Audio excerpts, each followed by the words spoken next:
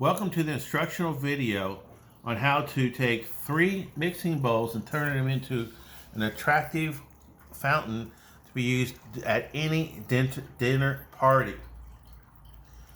Your kit will come with lights, pumps, as well as extra tubing if needed. Mixing bowls are not included. First thing you do is you take your largest mixing bowl, place it in the center. Then take one of the kit lights and put it in. Possibly you will need a spacer. Then put the pump, attach the pump to the liquid dispensing device, placing the pump into the bottom.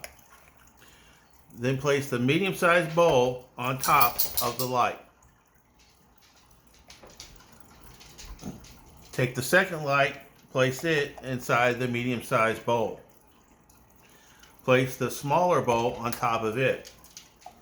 Put the liquid dispensing unit into the upper bowl. Then simply you plug in the pump, fill your fountain, and enjoy the relaxing sounds of water flowing through the bowls.